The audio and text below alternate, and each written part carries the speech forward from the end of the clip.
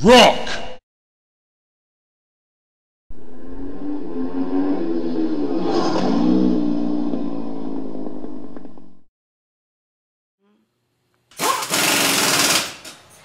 Alright, we're here today and I'm going to put a chain and sprocket on my WR250X.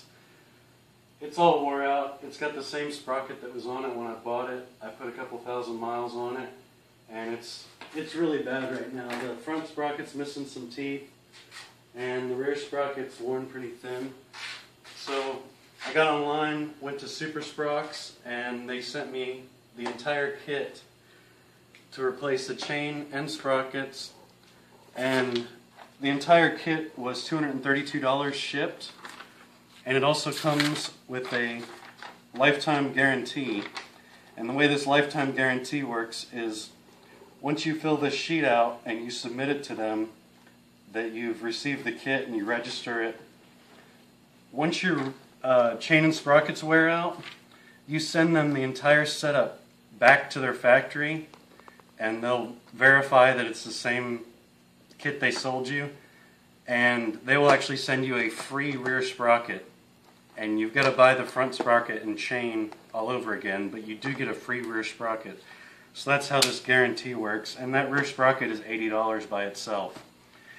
And I got an extra master link, because those are always good to have around. They sent me some stickers. They also sent me a t-shirt. Here's the front sprocket.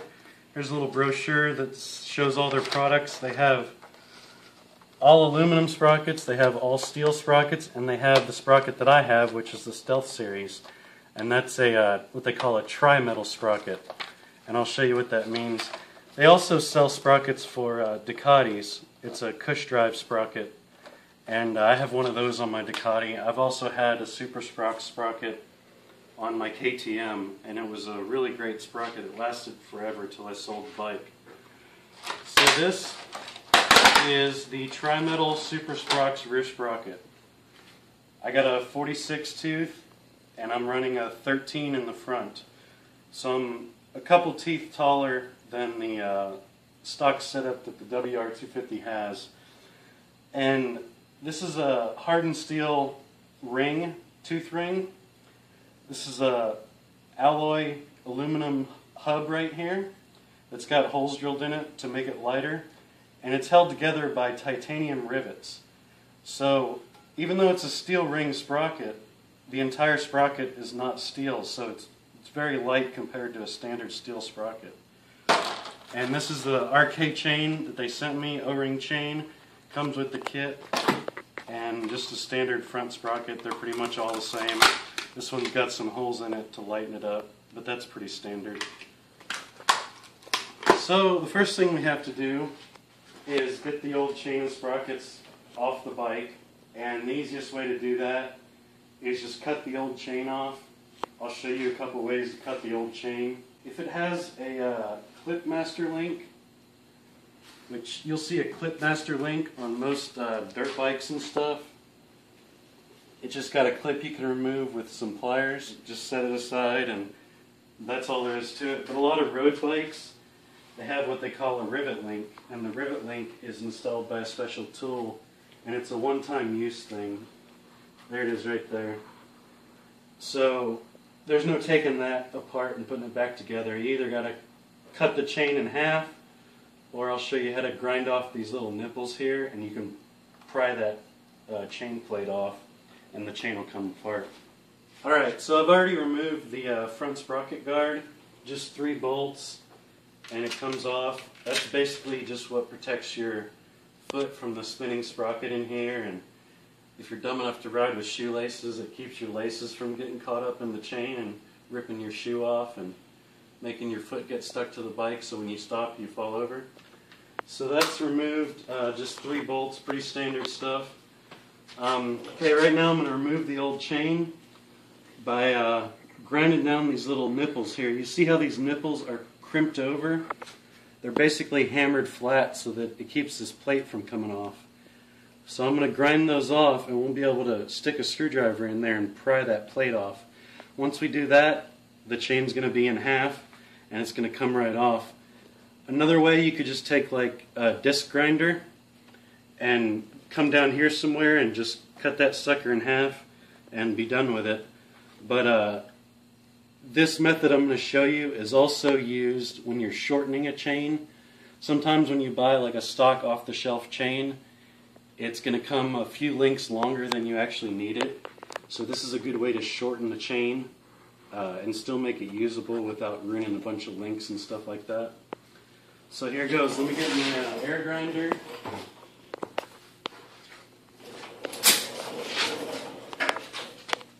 Now this is just a standard air grinder. You can do it with an electric grinding wheel. You could even do it with a file if you wanted to. I'm going to remove these two things off the chain here.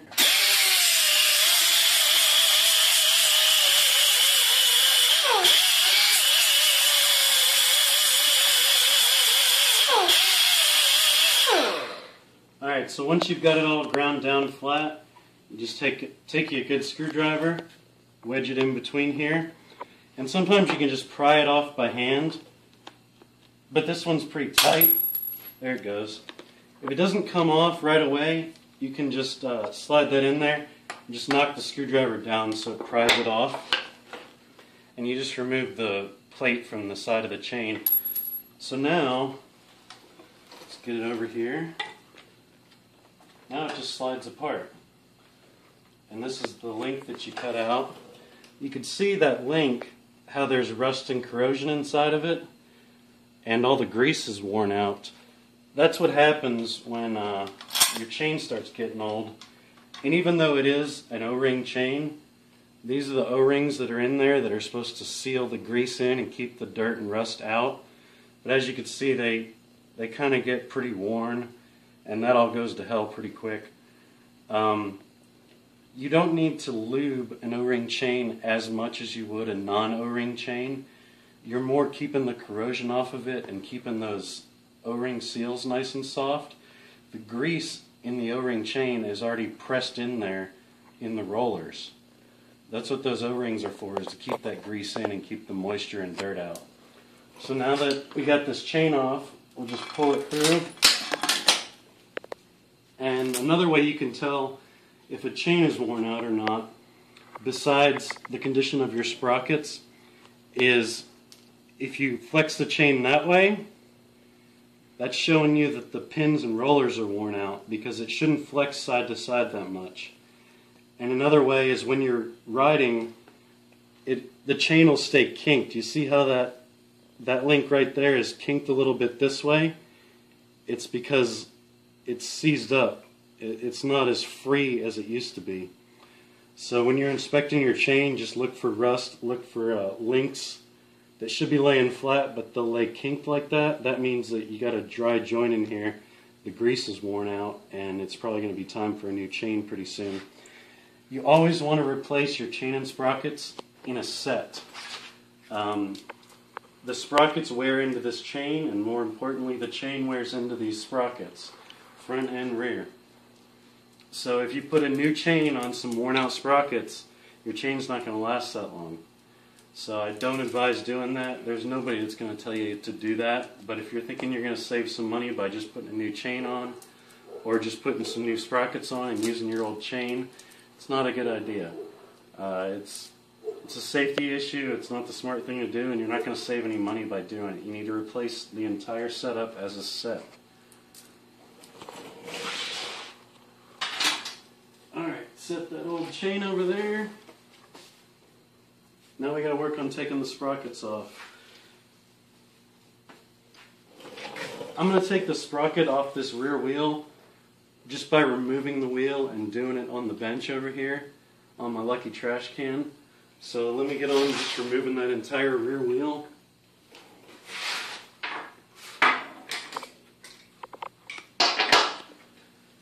Now if you watched my video on how to install a new tire, you'll know about taking the rear wheel off. It's not a real big deal. Just use a ratchet, break the axle nut loose, remove your adjuster blocks,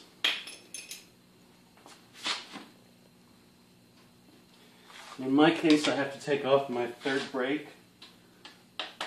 I got a second caliper on the rear tire for my left-hand rear brake. So I'm going to get that out of the way right now so it doesn't hinder my progress.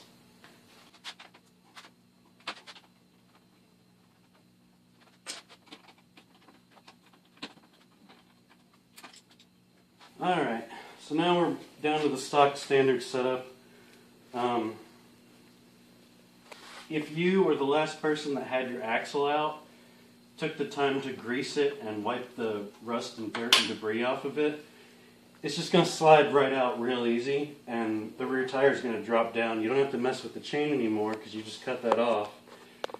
And some supermotos that run a real wide tire inside this skinny little dirt bike swing arm, sometimes you might have to let the air out of the tire for it to clear. My buddy's DRZ is like that, so just keep that in mind. If you get the axle out and you're having a hard time getting the tire free, just let the air out and you'll be able to push in on the sidewall and it'll drop out easier.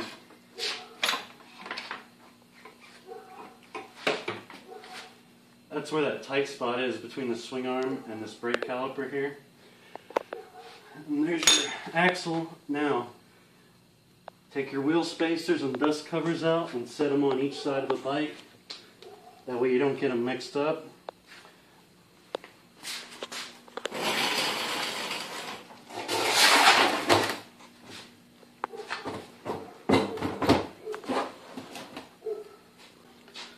Alright, now we're going to remove all these bolts that hold the old sprocket on.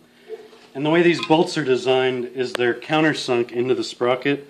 So as you tighten them, it holds the sprocket from rotating. And there's a lip around this hub. And the inside of the sprocket goes around that lip, so that keeps it centered this way. So the hub holds it straight and centered. And these tapered bolts, let me show you what I'm talking about.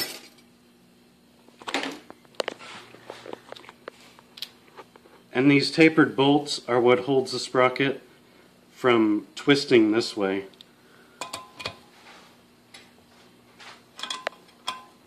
Put a backup wrench on the back side. There's a nut on the back side. And you could do all this with simple hand tools. I happen to have a cordless impact, so I'm going to use it to save me a little bit of time.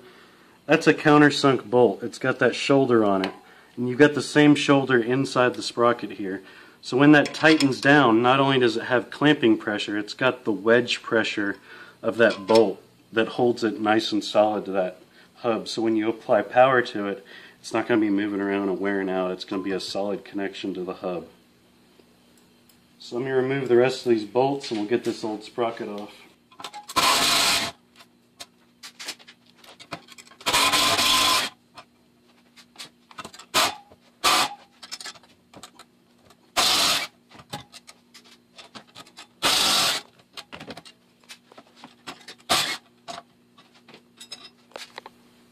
Alright, with all the bolts off, the sprocket just lifts off.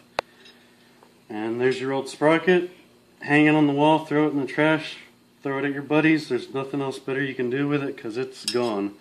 I'll show you the difference of the pitch in these teeth versus the new one here. See how skinny and worn down those teeth are? Versus the new one, it's almost twice as thick the new one is. And that's going to provide you a nice bed for those rollers to ride into. So take your new sprocket with these beveled holes up and just set it down on there and put all your bolts back in it. Now whenever you're working with a bolt pattern that's on a flange, you're going to want to tighten them up opposite, just like you would if you're putting a wheel on a car. And you're going to want to go back and double check them, because if you tighten this one down and you don't go directly across from it, it's going to cause them all to be different tightnesses, and you don't want that, because if your sprocket comes off, chances are your back wheel is going to lock up, and when you're going like 80 miles an hour down the highway, that's not a good situation. So you want to just take the extra time and be safe. Double check it when you tighten all these bolts up. These nuts that are on here, these are called nylock nuts. There's some nylon in there. that's going to keep it from backing off if it does get loose, and it's also got a washer flange on it so you have a good contact surface on the back side of your aluminum hub.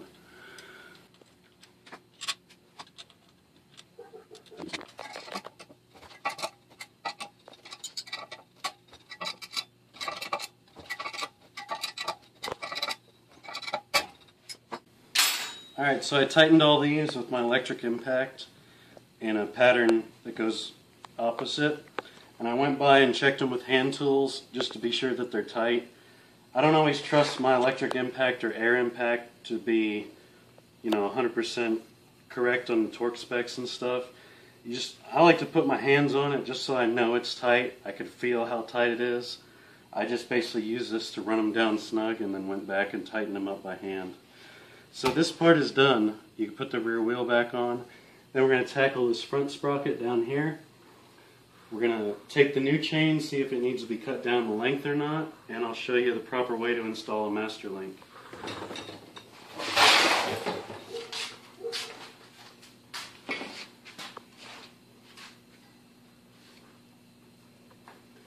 Alright, putting this rear tire on, there's a few tricks that are going to save you a little bit of time. First thing is, take a screwdriver and spread these pads open a little bit. That'll give you more leeway, more room when you slide your disc in to hit that little slot. I just put the rear tire on this, so I'm just going to put these spacers back in. The grease is real fresh. It is a good idea to re-grease this. The more grease you keep on that, the more corrosion is going to be away from it, and the better it's going to be to get out every time. The worst thing you're ever going to have to do is beat that thing out with a hammer the whole way, because this is dissimilar metals. This is a steel. This is a steel axle right here, and it goes through a bunch of steel and aluminum parts. And that's dissimilar metals, and dissimilar metals cause corrosion, and corrosion is going to cause it to seize up and not come out and act the way you want it. We're also going to talk about dissimilar metals when we get to these chain adjustment bolts.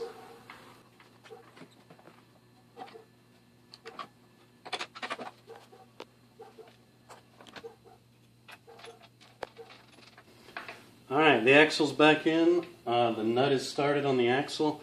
And I'm going to leave this loose, and because we're going to need to adjust the new chain when we put it on. Now these here are your bolts that set your tension of your chain. What you want to do is you want to spin this nut all the way this way, screw this bolt out as far as you can, and put a little bit of anti-seize on these threads. Because this is a steel bolt and it goes into an aluminum housing, and that's going to cause corrosion. And when you go to adjust your chain one of these days, if you don't take care of these bolts, it's going to be stuck in there, and that ruins your swing arm, and swing arms aren't cheap, and you yourself at home may not be able to fix that problem. You're going to have to buy a whole new swing arm. It's a big pain in the ass. So a little bit of maintenance on this bolt, keep some anti-seize on it, is going to cause you from not having that problem in the future. Alright, take a little bit of standard anti-seize. You can get this from any parts store, and put it on those threads so when you run this bolt back in, it's going to have anti-seize in there, and it's not going to allow it to get a bunch of corrosion. So the reason you want to crank this bolt all the way in is because when you have your new chain, your axle is going to be slid forward. The chain's nice and new, so it's going to be shorter than the stretched out chain you just took off. And we'll cover this further along in the video, but you never want to take the new chain and the old chain and just set them side by side and cut the new chain the same length as the old one, because the old one's all stretched out, so it's not really relevant anymore. If you wanted to, you could count the links and look it up, how many links you need on a stock setup. But I'm not running the stock size sprocket, so I'm going to need a couple more links to facilitate that sprocket. The best way to do it is just put that new chain on the bike, size it up with your axle shifted all the way forward, and check where you're going to need to cut it. And we'll cover that when I go and do it. Alright, here's the front sprocket. I'm sorry to say that mine's missing a few teeth. and I shouldn't have let it go that far. It's kind of dangerous. Actually, what happened was I was out riding and the chain got like really loose. And when the chain's really loose, it tends to wrap around the sprocket and rip the teeth off. If you have a really powerful bike, which this obviously isn't, you'll also see the teeth start to point backwards because of all the power that's being applied to these skinny little teeth, because they're not thick and nice and new like the new sprocket's going to be. So the best way to take this nut off is with an impact. Impacts are kind of dangerous if you don't know what you're doing with them. They apply a lot of power, a lot of speed on the nut. So if you're experienced, I say go ahead and do it. If you're just a beginner, I'd say break this nut loose before you take the chain off. Put it down into gear so that the transmission is holding it, and put the bike on the ground and have somebody hold the rear brake. And that's going to have the engine hold this sprocket shaft right here, and since the chain is still on, the rear wheel is going to be on the ground. So as you put torque on it with the wrench, it's going to hold it still and you'll be able to get it loose. Now this is a special nut. It's a crimp nut, and it's got a little crimp on it so that it doesn't back off, just like the nylocks I was telling you about on the rear sprocket. The tightness of this bolt, of this nut, is very important. There's some splines on the inside of this sprocket that hold onto that shaft. There's also a spacer back there, and that spacer is your sealing surface for the oil seal that's in here that keeps your transmission oil from coming out. If you ever have any oil running down your shifter and dripping off the bottom of your engine, it's probably going to be the seal behind here. And when you replace the seal, you're also going to want to replace that little seal collar that goes in there. So I'm going to break this off using short bursts of the impact. There you go, easy as that. As you can see, this could probably use a little bit of anti-seize on it. There's a little bit of corrosion there. As you take this stuff off, you stack it the way it came off. That way, if you have any questions as to how it goes back on, you just refer to what you took off. Here's the steel collar I was talking about. That steel collar goes on this splined shaft, and there's the oil seal that keeps the oil inside your transmission case. Inspect the seal for leakage, because if you've got any leakage, it's only going to get worse. And what actually happens is very dangerous. The oil comes out onto the sprocket, and it gets oil onto your chain, and it over-oils the chain, and the next thing that happens is the oil starts spraying off the chain and getting on your rear tire. You're going to take a left-hand turn one of these days, and your tire is going to be covered with oil, and you're going to eat shit. So always make sure this isn't leaking. It's one of the most dangerous leaks you could have on a bike. So this is nice and dry. I'm not going to have to worry about that. Let me get my new Super Sprockets front sprocket out of the package, and we'll put it on. Okay, now this sprocket is different on both sides, and the stock sprocket is also different on both sides. You're going to want to install this sprocket to where usually this nice fancy part versus the flat side goes out as a general rule. But you're going to want to look at the two sprockets and make sure that the spacing is the same, all that kind of good stuff. Usually these stock sprockets are a little different in a lot of ways. The aftermarket ones are pretty simple, pretty standard. These little ribs here are like chain guides. It's good to have all that, but really it's just a bunch of extra more weight, and it's not that much more effective than just standard simple sprocket. Most of your aftermarket sprockets are going to be a lot simpler looking than the stock one. If you want to just be safe, get all the OEM stuff, then you should go ahead and do that. But that rear sprocket is really tricked compared to the standard rear sprocket. It's going to last a lot longer, and it's a lot lighter. So I would recommend getting the OEM sprocket if you're comfortable with that. If not, just go with the aftermarket. Sunstar, Super Sprockets, they're all the same. So let's slide this on the splines here.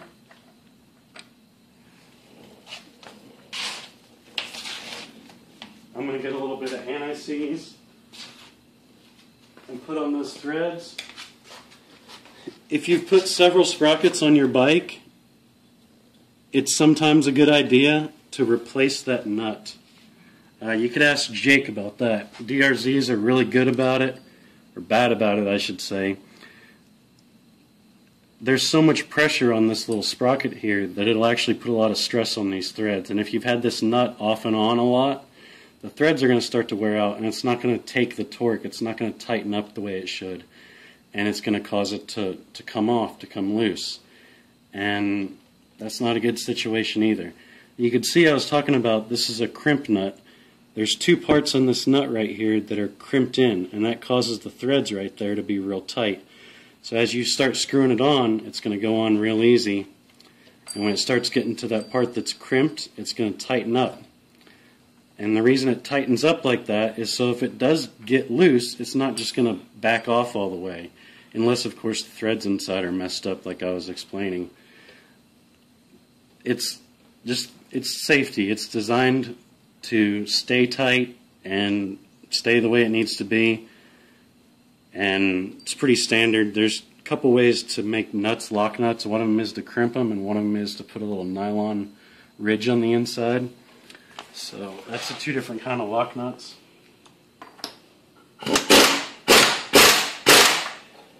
There is a torque spec for this nut. I'm pretty experienced with putting this stuff on. If you want to get the torque spec out of the book or off the internet, put a torque wrench on it. You're going to want to torque it with the chain on the ground. The advantage of this impact is there doesn't have to be a lot of resistance on this sprocket for me to tighten it, because the impact is hammering on it and getting it tight. I'm really used to this impact. As you can see, it's really old, and I know how tight things have to be with it. And I've been doing this a long time, so I'm pretty comfortable with tightening it this way. That's tight enough right there. If you're a first timer, I would go ahead and get the torque specs, get your torque wrench, make sure it's tight. It's very imperative that this thing gets tightened correctly. That's the only thing holding it on, man, so you're going to want to make sure it's right. Alright, here's the new RK chain that they sent me in the Super Sprockets kit. There's a bunch of different designs of O-rings. There's a X ring, a Y ring, an LMNOP ring. There's a bunch of rings. Basically, it's a sealing ring that keeps the grease in. This has a lot of little ridges on it. So there's a lot of seals basically on this simple little O-ring.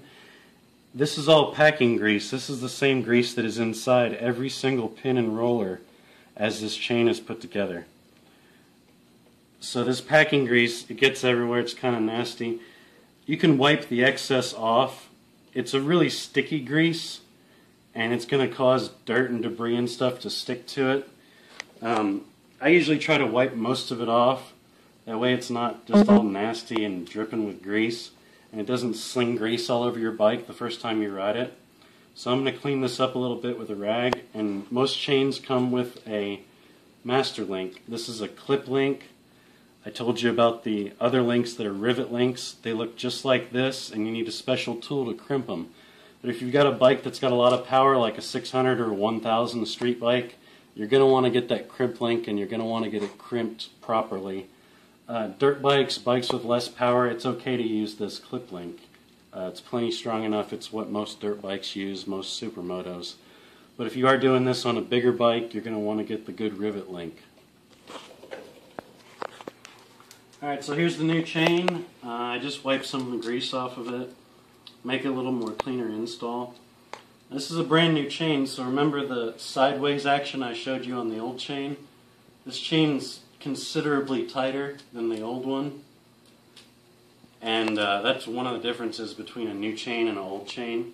My old chain, you could almost make a circle out of it if you flexed it sideways, because all those pins and rollers were so worn out inside there. So what we're going to do is, with the bike in neutral so that your front sprocket will spin freely, just lay this chain on your back sprocket and start feeding it through.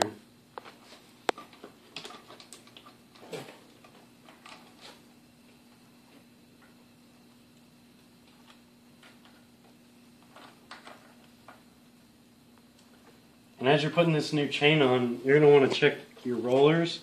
There's usually a roller on the bottom here that keeps your chain from sagging. And there's a roller on top here, so when you bottom your suspension out, it keeps the chain down against this chain guide. Also inspect the chain guide, the condition of that. There's a little rib in there, and there's usually a fin on the side here, or even a fin on this side, and that just keeps the chain straight. So it feeds onto that sprocket nice and easy. There's also a chain guard down here. It's, a chain guide. This is a guard. It's mostly to just keep the grease from flying up onto your bike. But all this chain guide here, and this chain guide here, and these rollers, all that stuff just keeps that chain nice and straight. So it feeds from the sprocket that's applying power right onto the driven sprocket, and it's nice and straight every time. Feed this chain through this bottom chain guide here.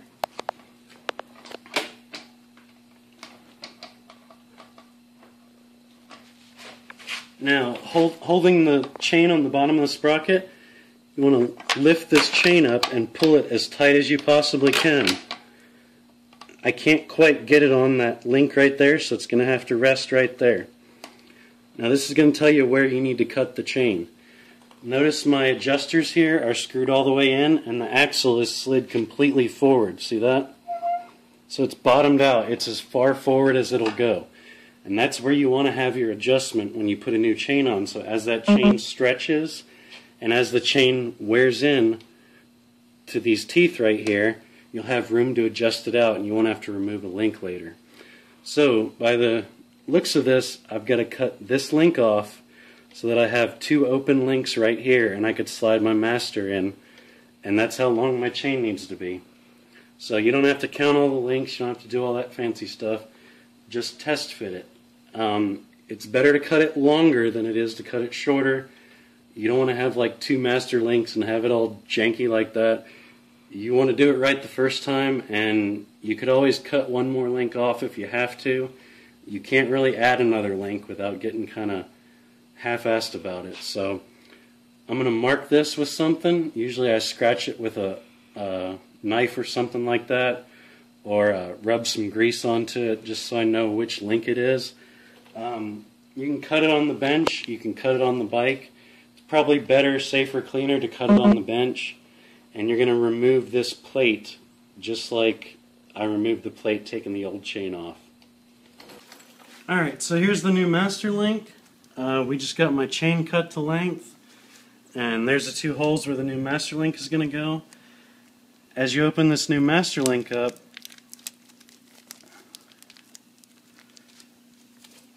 you're going to see that there is 4 O-rings in there, and the chain plate, and then the clip.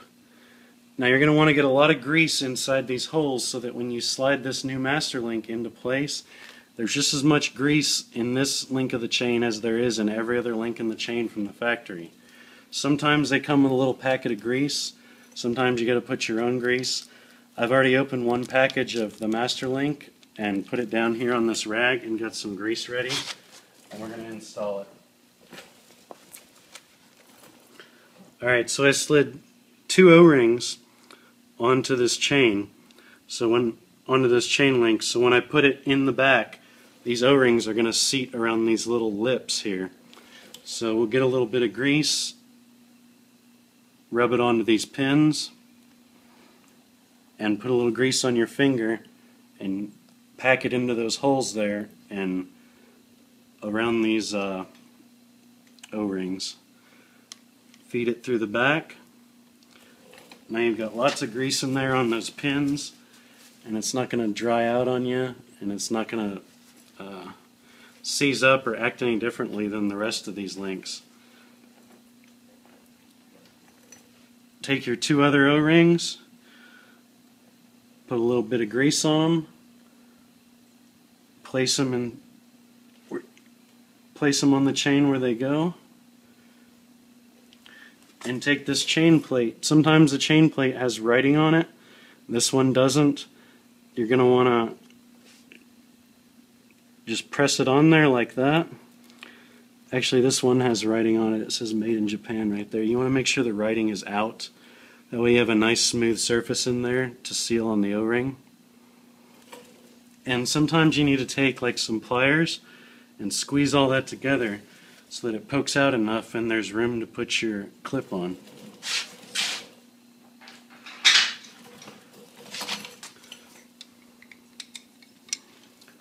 Take your pliers here and squeeze that chain plate on.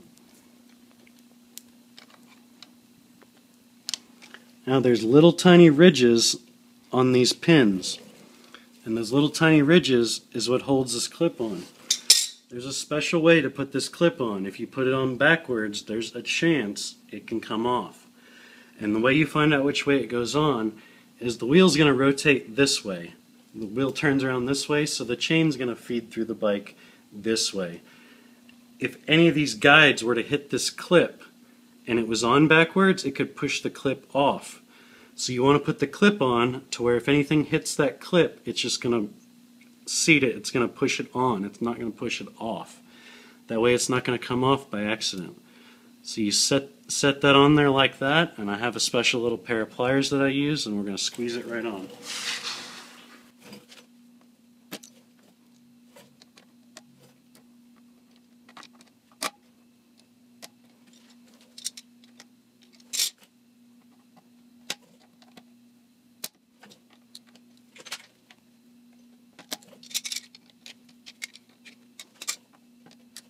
There we go. I had to re-squeeze all this down because those are new O-rings and they're nice and swelled up. So once you get it slid on all the way, you're going to want to squeeze it right here on that little clip to make sure the clip is seated all the way around that little groove. And then once again, make sure that the clip is pushed on all the way and it's good and seated. So now your chain is completely on. It's cut to length. You've got your new sprockets. You're done up here. You could go ahead and put this cover back on. It's just 3 bolts. I don't have to show you how to do that.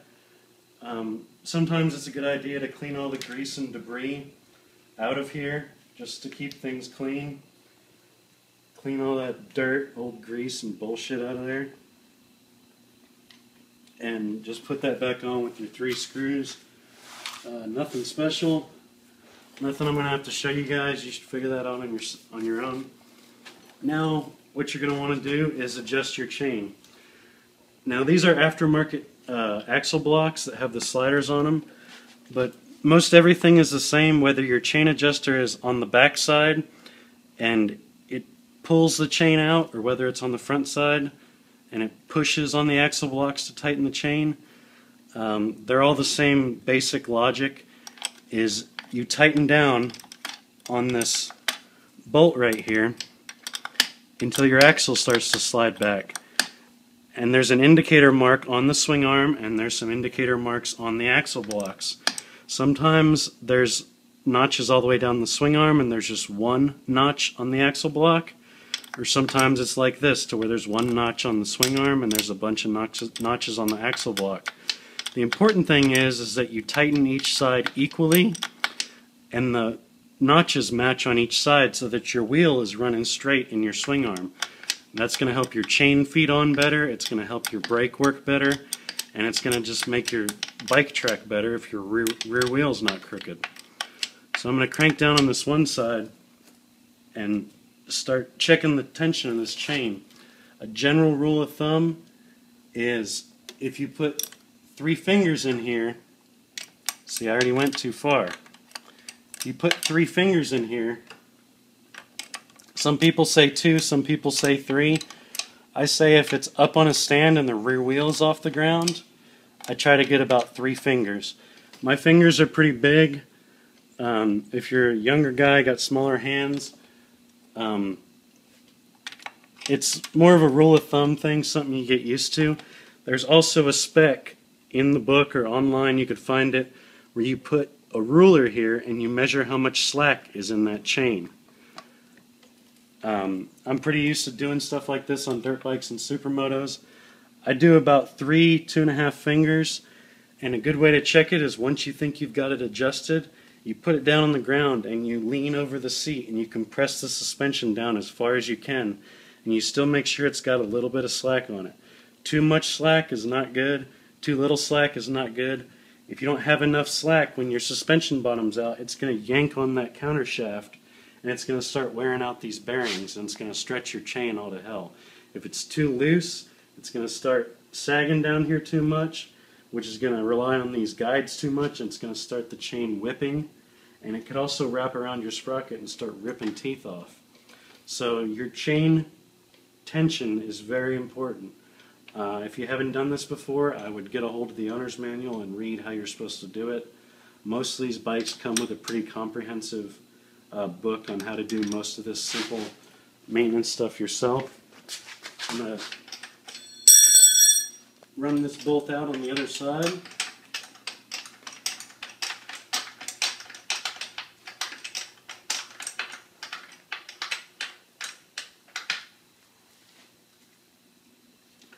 So right here, my line is just a little past that first mark. So I want to make sure I get that correct on the other side.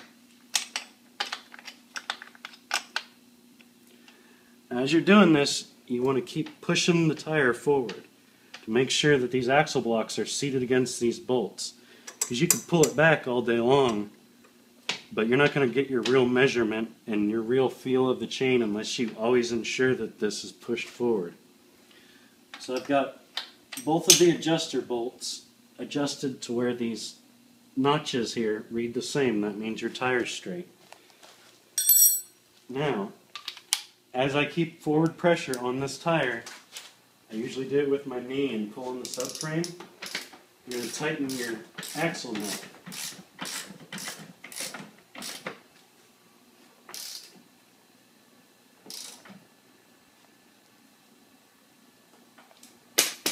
Now that your axle nut is tight,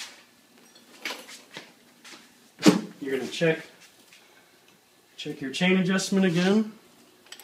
Make sure these bolts are bottomed out against the axle block so that when you apply power, it's going to yank this axle forward. That's what these bolts are for, is to keep your chain tension correct. So tighten this against your chain block, lock down this nut,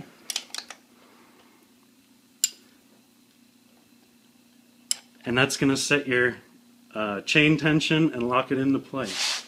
I'm going to do that on the other side.